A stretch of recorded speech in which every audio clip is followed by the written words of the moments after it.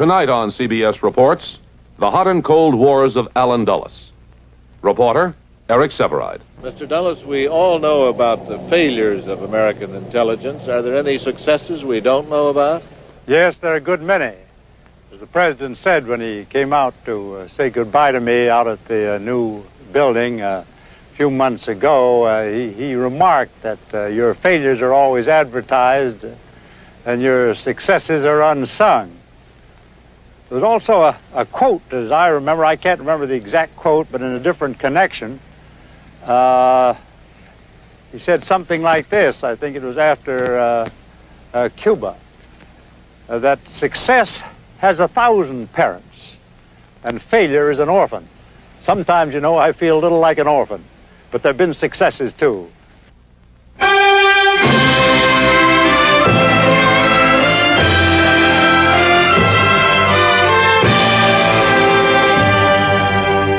CBS Reports, The Hot and Cold Wars of Allen Dulles, is brought to you. The Hot and Cold Wars of Allen Dulles.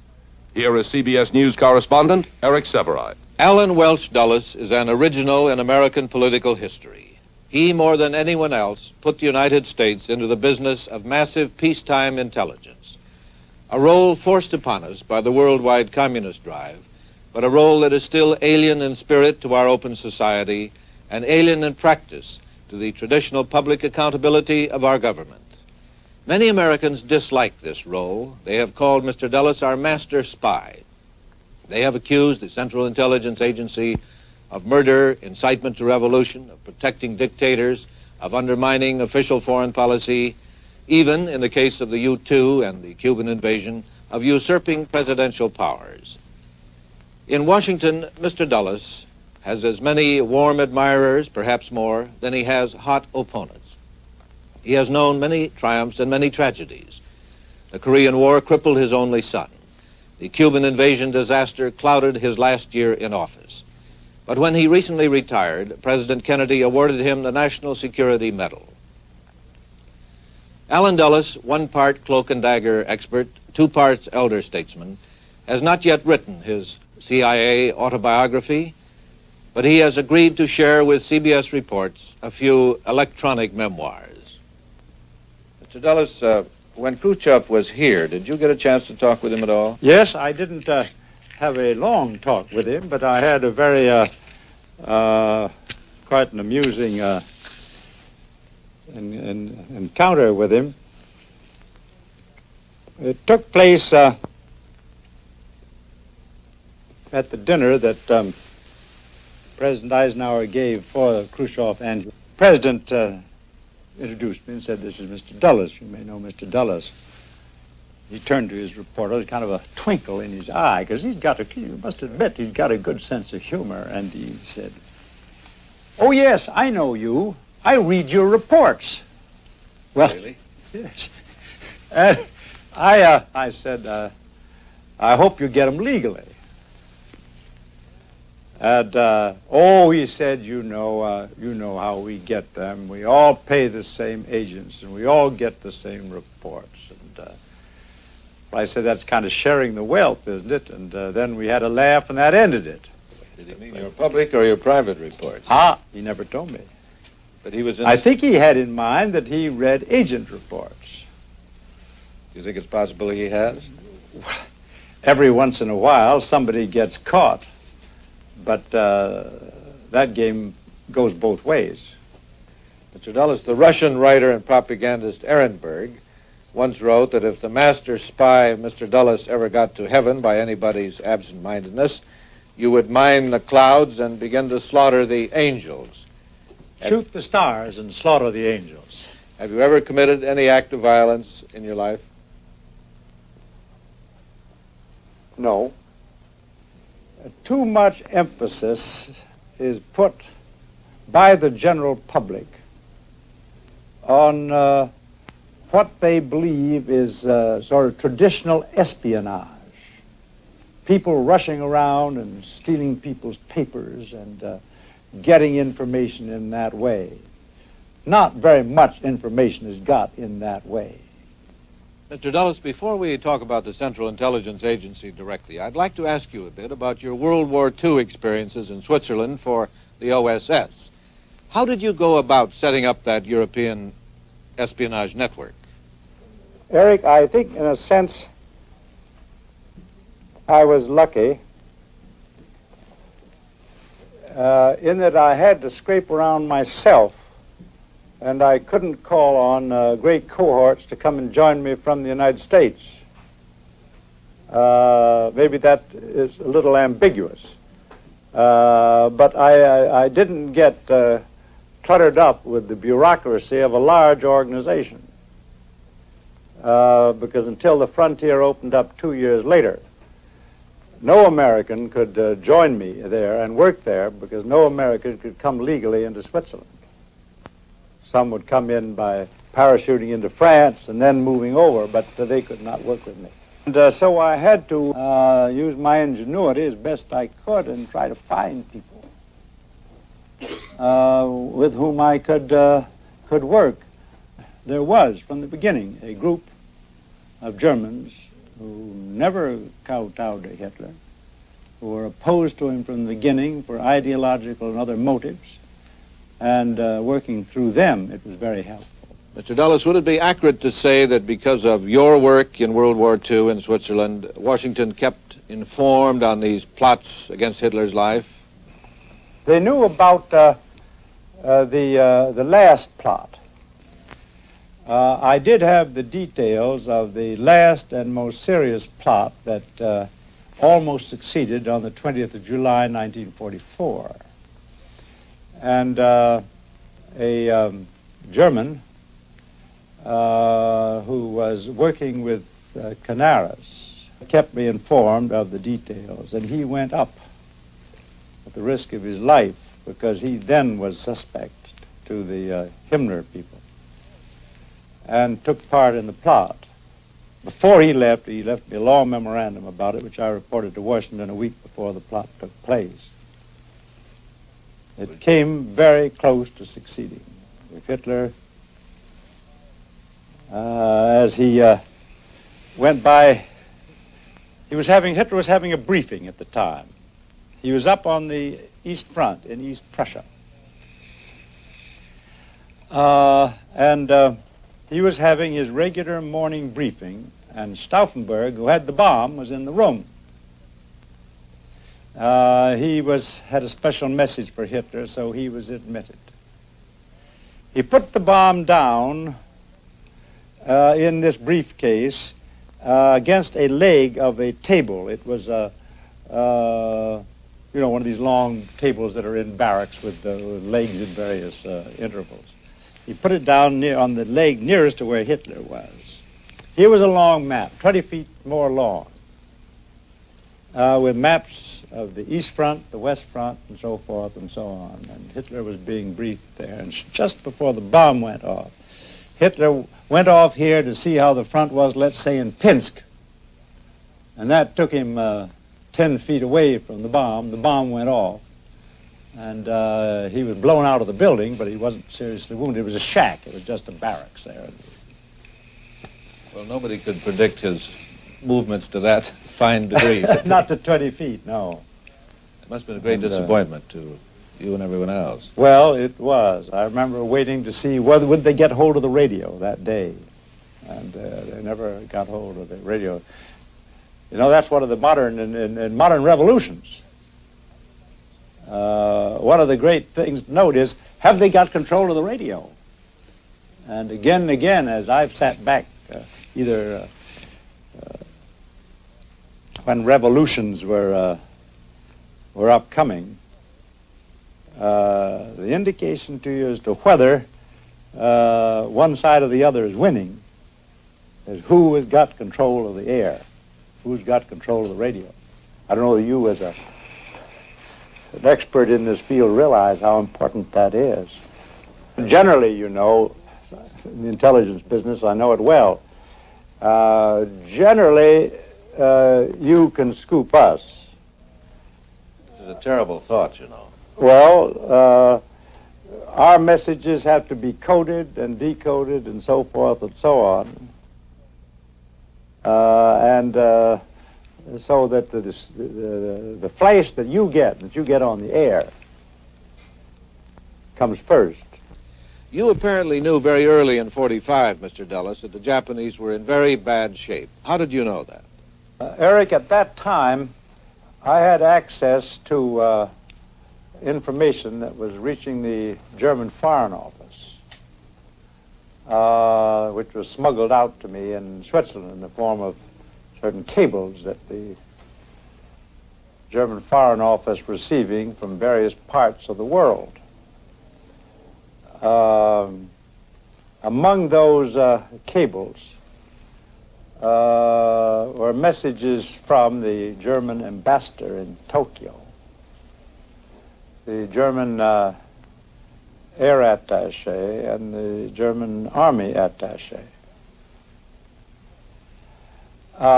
Those cables showed very clearly the plight of the Japanese Air Force and the plight of the Japanese Navy. By the end of 44 and early 45, their position, both in air and sea, was becoming almost untenable, far more than the public realized. Word came through to me from certain Japanese sources with whom I was in contact that the Japanese would like to find a way of negotiating for a surrender. By this time, the negotiations in Italy for the German surrender were somewhat public property. You mean the surrender of those 22 German divisions in Italy that you negotiated a week or so before the collapse of the rest of the German army? Yes, because by that time the surrender had gone through, and the armistice had been signed and put into effect. So the Japanese said, well, this is the channel for us. So they turned to me on that.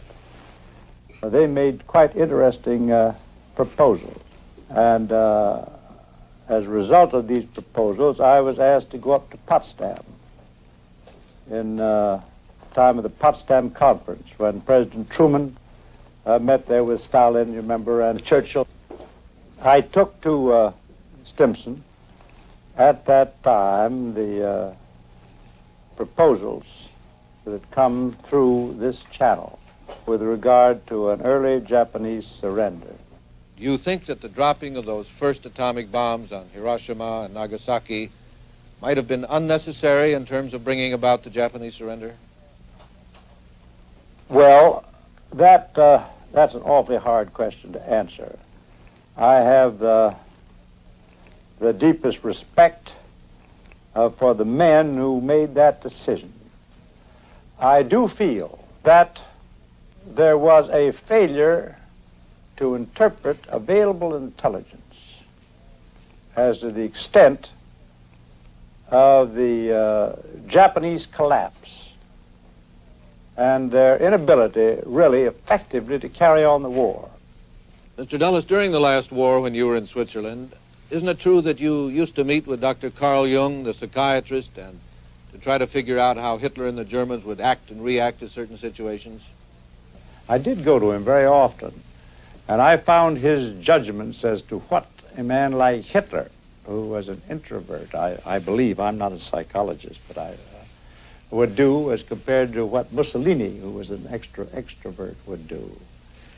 At that time when I was talking with him, we were getting toward the end of the war, and one of the questions I was interested, would Hitler hole up in the mountains, you know, in the famous but non-existent redoubt and carry on the war indefinitely, or would he commit suicide, or what he would do?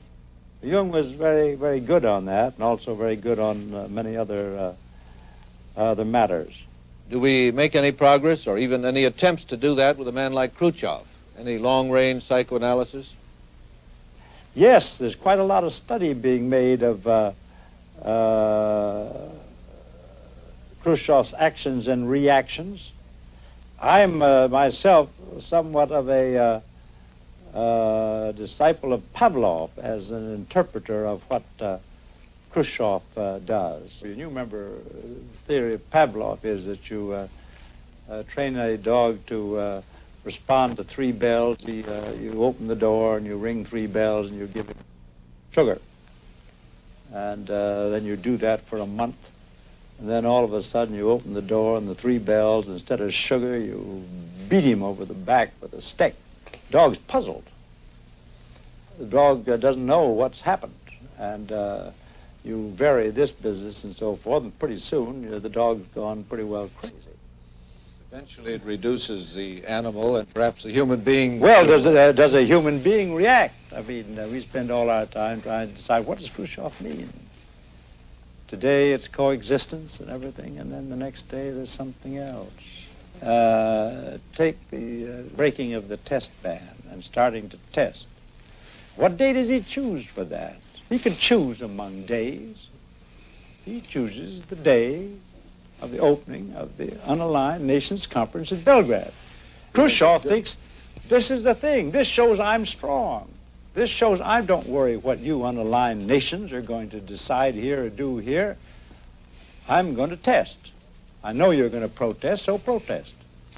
Well, in the Pavlovian theory, the animal... He had known for years that the U-2 was flying. And yet he used this as an excuse in truly Pavlovian manner, so that all this rage and so forth and so on, that was fabricated. He wanted to destroy the conference. He took that method of doing it. His actions at the UN, when he took off his shoe and beat the table, and certain of his other actions there. Can you say anything about the effectiveness of those U-2 flights over Russia? Were they worth it? Well, I would like, on that, to refer to the statement that the Secretary of Defense made in the hearings that was published at the time, in which he indicated that, I don't remember his exact words, but generally that most valuable information had been obtained with regard to missiles, aircraft, other military installations, which were obtainable by no other means. That's some statement of record that he made at that time. Is there not a real possibility that satellites could not get this kind of information in spite of Russian secrecy? That I'll have to leave to the Department of Defense to answer. It's perfectly true that the Soviets consider that their ability to maintain great zones of security and secrecy is considered by them as a major asset. They've said this very frankly. They've said, we're not going to let you get in there because that is a vital importance to our national security, and we're going to keep it. And that's the attitude they're now showing at the Geneva conference. And there we are. I mean, we're up against that.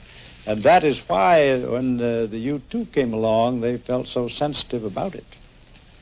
Because a method had been found for overcoming the restrictions they had placed and the security they felt they had. Is there anything you'd like to say, Mr. Dulles, about the pilot of the U-2, Francis Powers? I never shared some of the public and maybe of the press criticism of Powers.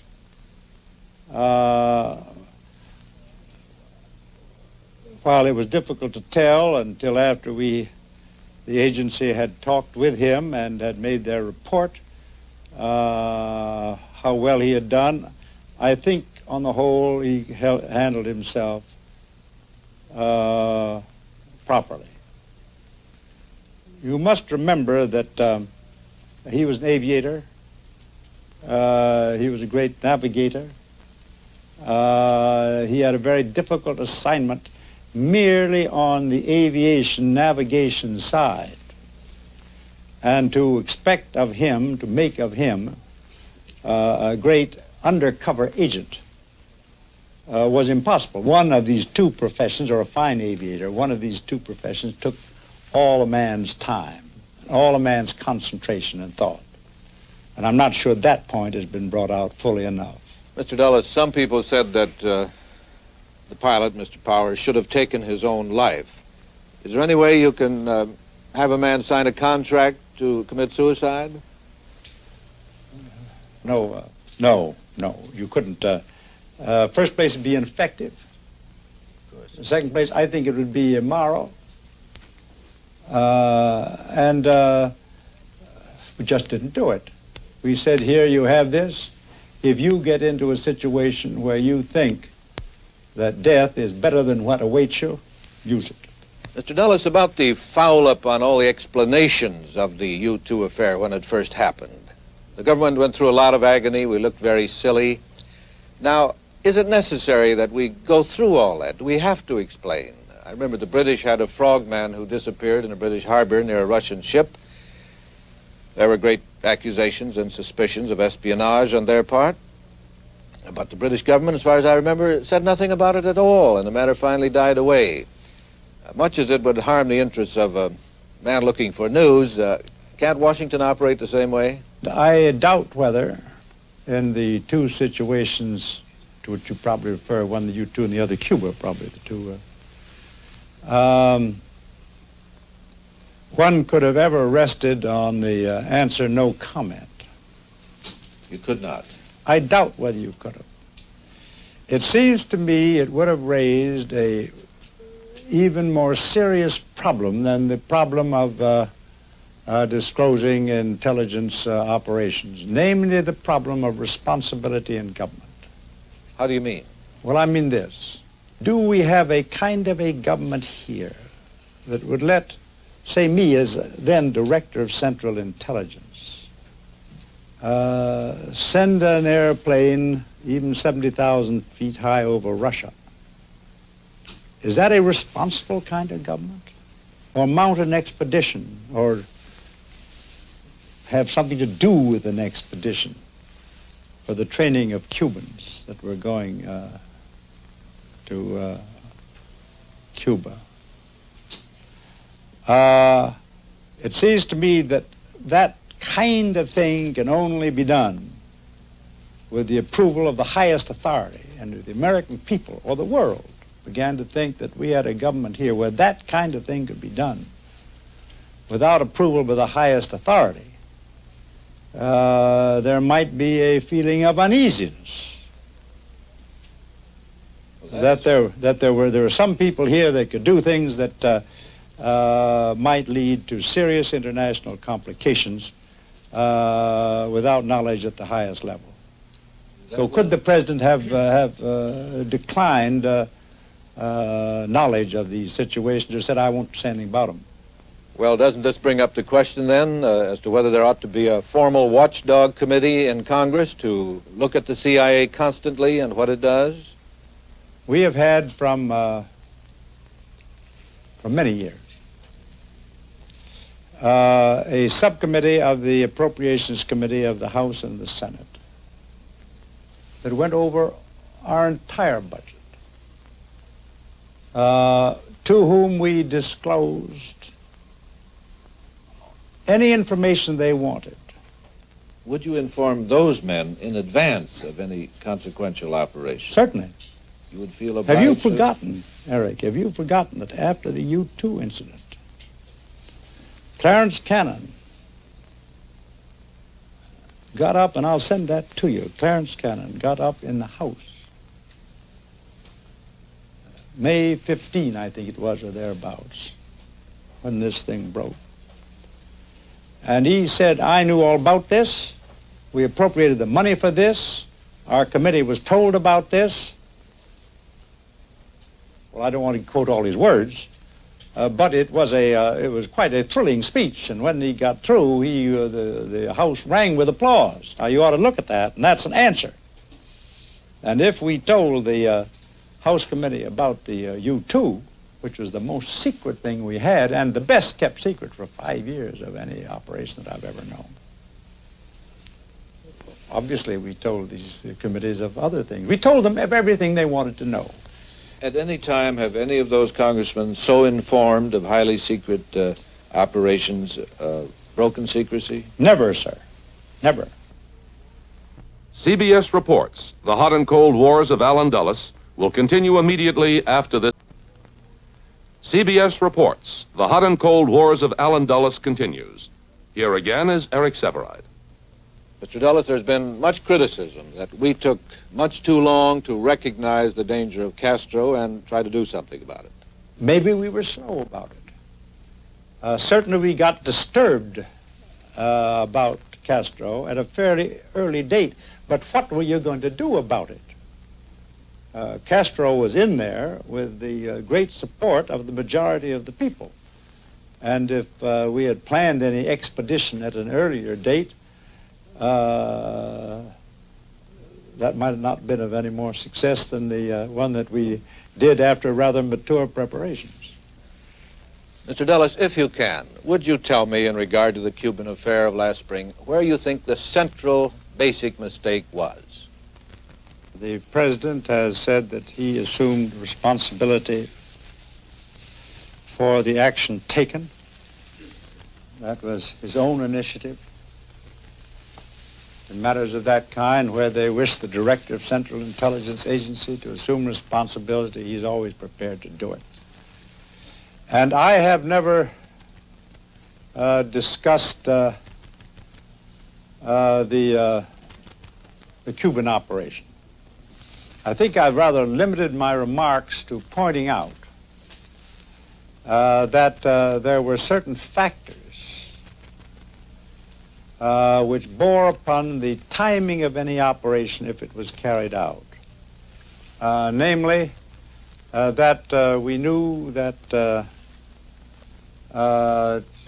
Cuban pilots were being trained in Czechoslovakia, that MiGs were in crates in large numbers in Cuba, and that if these trained pilots got back and these MiGs became operative, the possibility of any invasion by a Cuban force or even by an American force would be greatly, the dangers and problems would be greatly increased.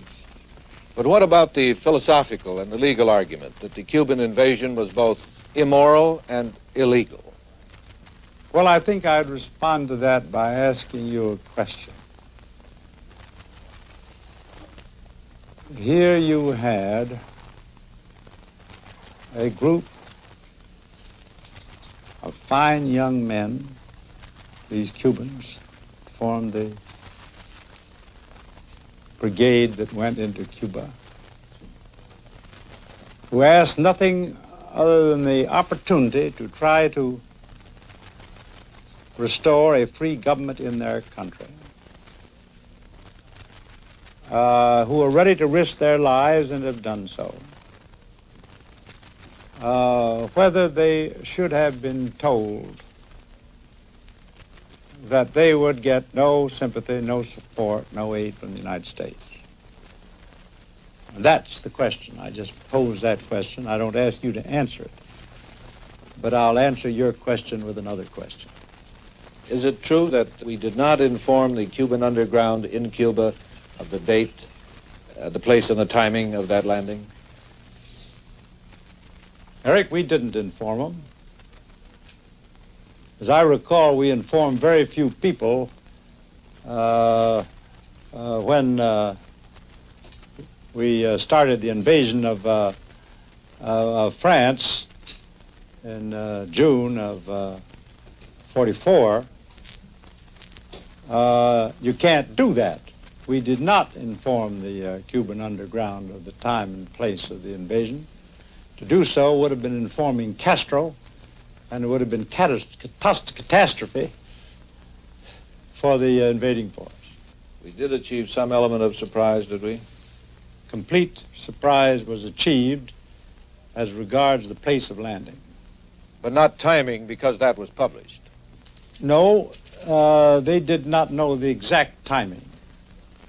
They had been crying invasion for weeks and months before, And as you note, they're even now crying that invasions are being planned.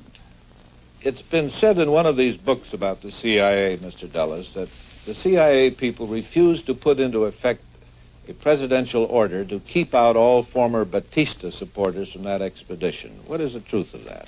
Well, it's not true at all, Eric. It was an absolute rule that no Batistianas were to be accepted.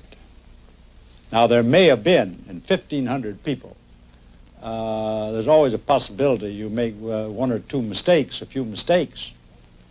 But nobody was knowingly selected by the Cuban selectors of the members of the brigade who favored Batista. Mr. Dulles, after the failure of the Cuban invasion, there were predictions and requests that inside the CIA, operations and intelligence be separated as functions. What has happened in that area? There was a committee set up by the president to look into all phases of the operation. I won't deny that the conclusion was reached, and it was unanimous, that this operation took on a character that, particularly in its latter phases, which exceeded the scope of the normal activities of the CIA. And I agree with that. You think the CIA got too deeply into that affair? Well, I feel that operations of the CIA should be of a character if they get into operations, and that is up to the executive. If they get into operations, those operations should be of a nature that could be kept quiet and be of the concealed type. Mr. Dulles, what about this whole problem of briefing presidential candidates on very secret matters? Now, this came up in Mr. Nixon's book recently when he said that Mr. Kennedy, having been briefed during the campaign by you on the Cuban operation, took advantage of that and took a very strong line against Castro in his campaign speeches, while he, Mr. Nixon, also knowing what was going on, felt he was obliged to take a different line, that he was put in a bad position. In your public statement at the time, you said that your briefings of Kennedy did not cover the actual Cuban operation. As far as this last incident you've mentioned, I don't think there's any use in going into that any further. The statements have been made, and there's an honest misunderstanding, and I don't propose to go into that any further. I think, however, we ought to, in future campaigns, get the briefing of candidates a little better organized. Mr. Dulles, if I could change the subject somewhat, Walter Lippmann, who's not uninformed about Washington, said on one of these programs, in fact, that your brother, Secretary of State Dulles, paid very little attention to the State Department as such because he had his own foreign service, namely your intelligence service. What would be your reaction to that statement? Well, I don't know. I know you're a very accurate quoter of others, but I wouldn't agree with that.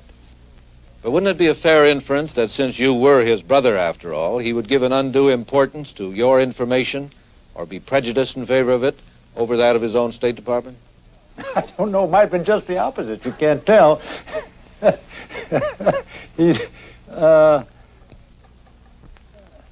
I do not think that he did so.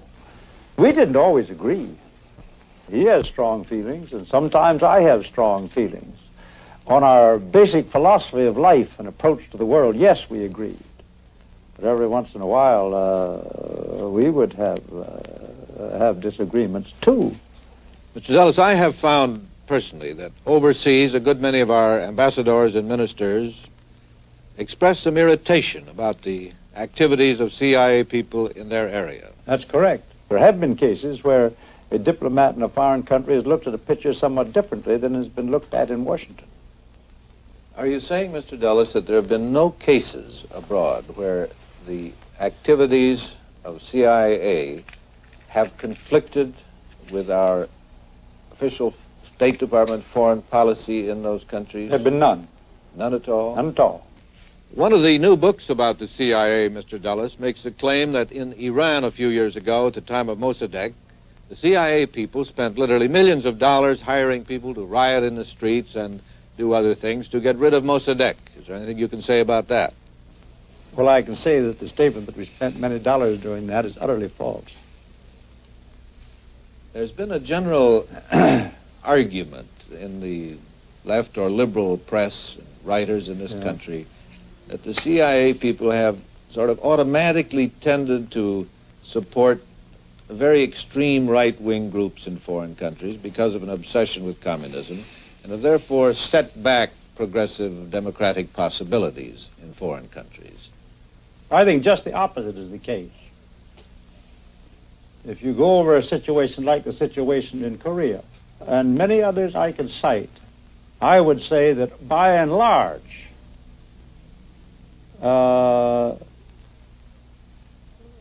we were quicker than others to recognize the dangers in these situations.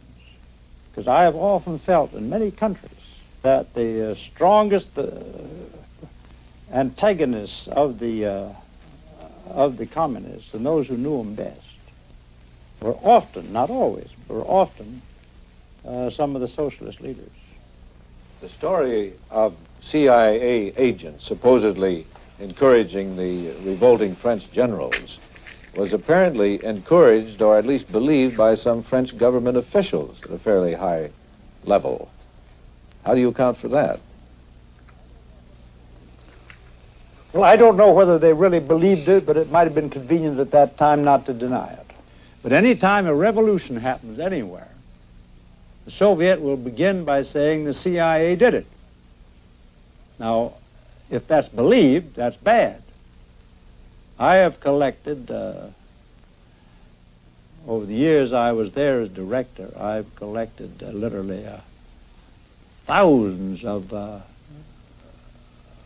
items of Soviet propaganda just along these lines.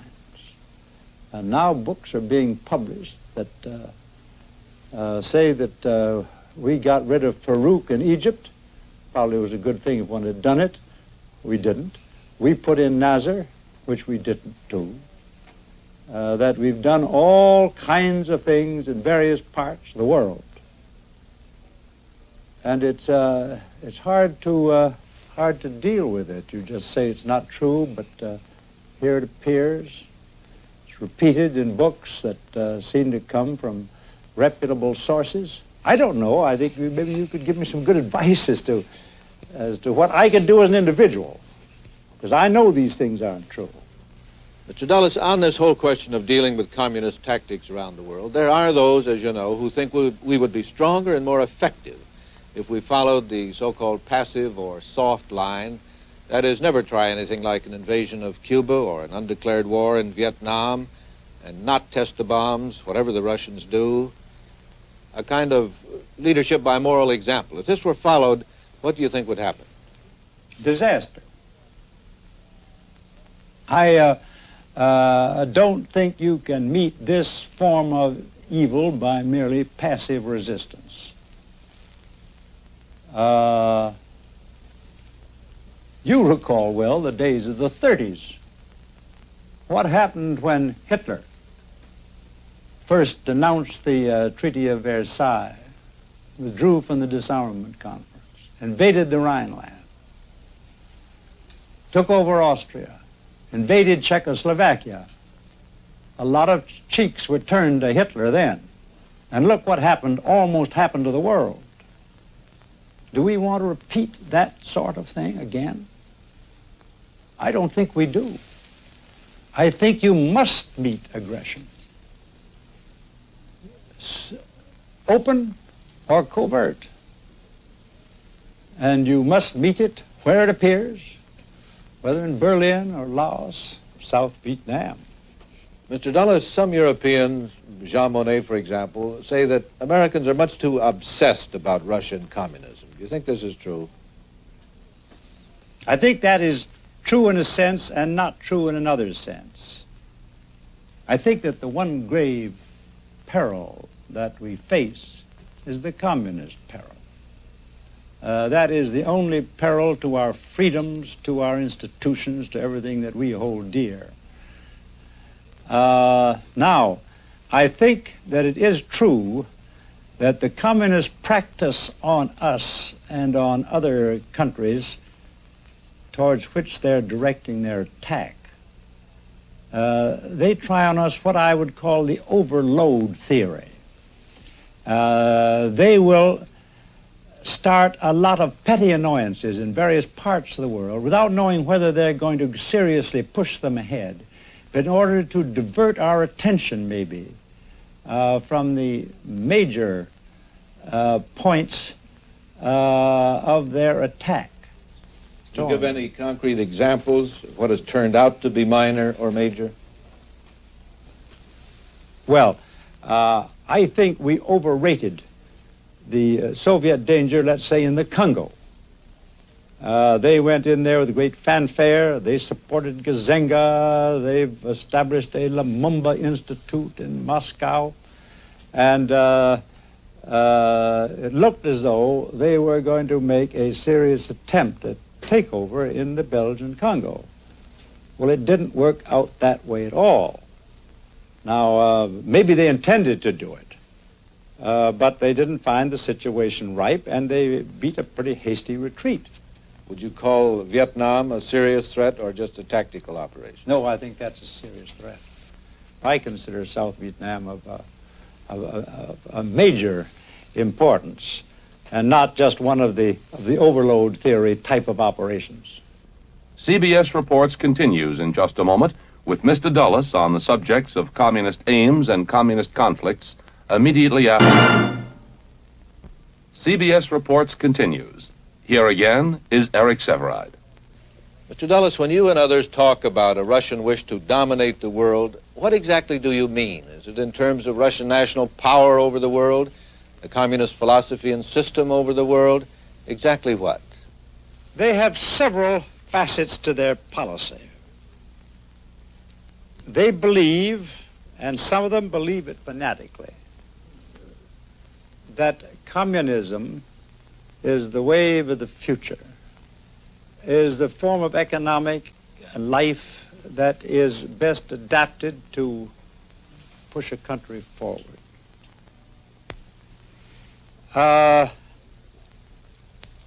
They believe that inevitably, through economic pressures and the like, more and more countries will adopt communism. But they also believe that governments don't generally fall. You get along better if you push them. But how could they dominate a world in which this country, with all its power, existed? Well, they would believe that if they could take over enough of the rest of the world, then they could encircle us. And then eventually we would have to either adopt their system or face an eventual war, possibly. They don't believe that the United States is going communist in the next decade or two or anything of that kind, obviously. I think they feel that there's a strong tide in the world today to get the rascals out. I mean, take Latin America. No matter what the government is, there are a lot of disaffected people. And where you do not have, as you do not have in many countries of the world, sort of an organized party system, all of the disaffected tend to gather together under the communist banner or led by the communists because they're the best organized to lead a movement, get the rascals out. Now, maybe in some cases they are rascals. In good many cases they're not rascals. They're just in and have power. And from the communist point of view, become the rascals. Don't they already have perhaps too much on their plate? They can't control Albania or or Yugoslavia or China, all communist systems and states, may it not be that a pluralistic communism around the world would be anti-Moscow? That's quite true. But difficulties at home have rarely stopped countries in foreign adventure. Sometimes it's pushed them on. I believe that the splits, the fissures, the differences between various communist countries is today one of the greatest preoccupations that Khrushchev has. After all, he said that what he calls the socialist world, if the world becomes all socialist, they'll all lie down in peace and live together. Well, that isn't what's happened. And when you see little Albania practically throwing out the Russian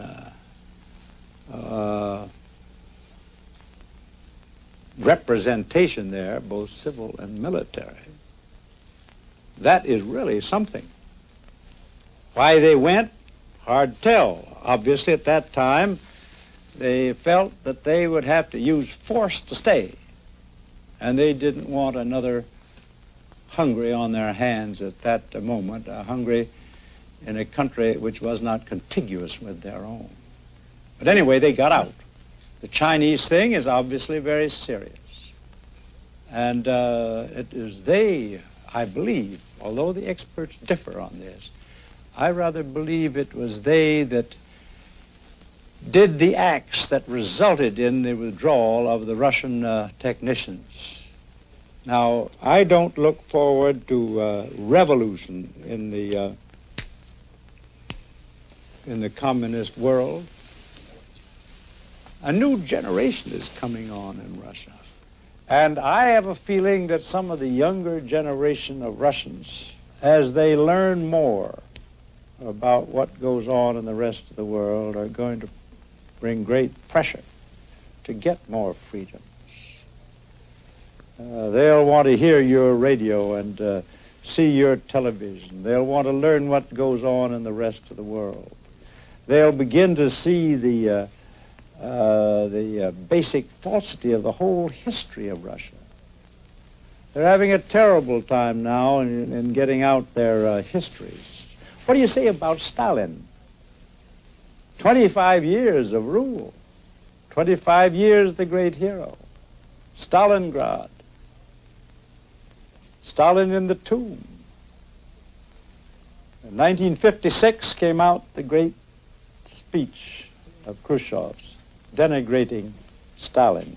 But they never dared let that speech circulate in Russia. They leaked little parts of it. And they had to go back to the attack now. That was at the 20th Party Congress. At the 22nd Party Congress, they had to go back to the attack because they hadn't gotten over to the people.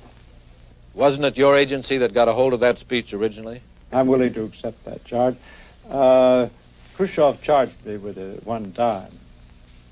You'll find it in one of his statements back 2 or 3 years ago. Well, you'd have to rank that rather high among the accomplishments. I think it is one of the really important accomplishments. Mr. Dulles, I know the problem of communism inside the United States has not been under your jurisdiction, but the FBI. But what are your feelings about it? Is it a serious matter? Well, I think that due to the vigilance of the FBI and what J. Edgar Hoover has done, it's probably much less of an internal menace here with us than it is with many other countries. I think that the frustration of the American citizen and of the citizens of other countries who are told, here's this great menace. You must do something to meet this menace. And yet, the ordinary man, the man in the street, the man and woman, he doesn't know how he can contribute. He agrees as to the judgment that there is a menace, that our society is menaced by communism. Well, what's he to do? And that has resulted in certain aberrations that I don't need to define because you and those who are listening and hearing or seeing will probably know what I have in mind. To these aberrations, and I think a great many innocent people, without realizing the harm they are doing, get led astray by this. Well, now, there's certain things one can do. The first place, we ought to learn what we can about it so we understand it. We can do it by understanding that our great strength is showing that our system, our free system, is more efficient and more effective than the communist system. And we all, on these issues, we all rally together in support of the actions our government is taking strongly to defend our positions where they may be threatened by communism and the positions of the free world, whether it's Berlin or Laos or Vietnam or wherever it may be. Mr. Dulles, would this be a fair summation of your recipe for the average American? Be informed, believe in your country, and as the late Elmer Davis put it, don't let them scare you. I'd like to leave it at that.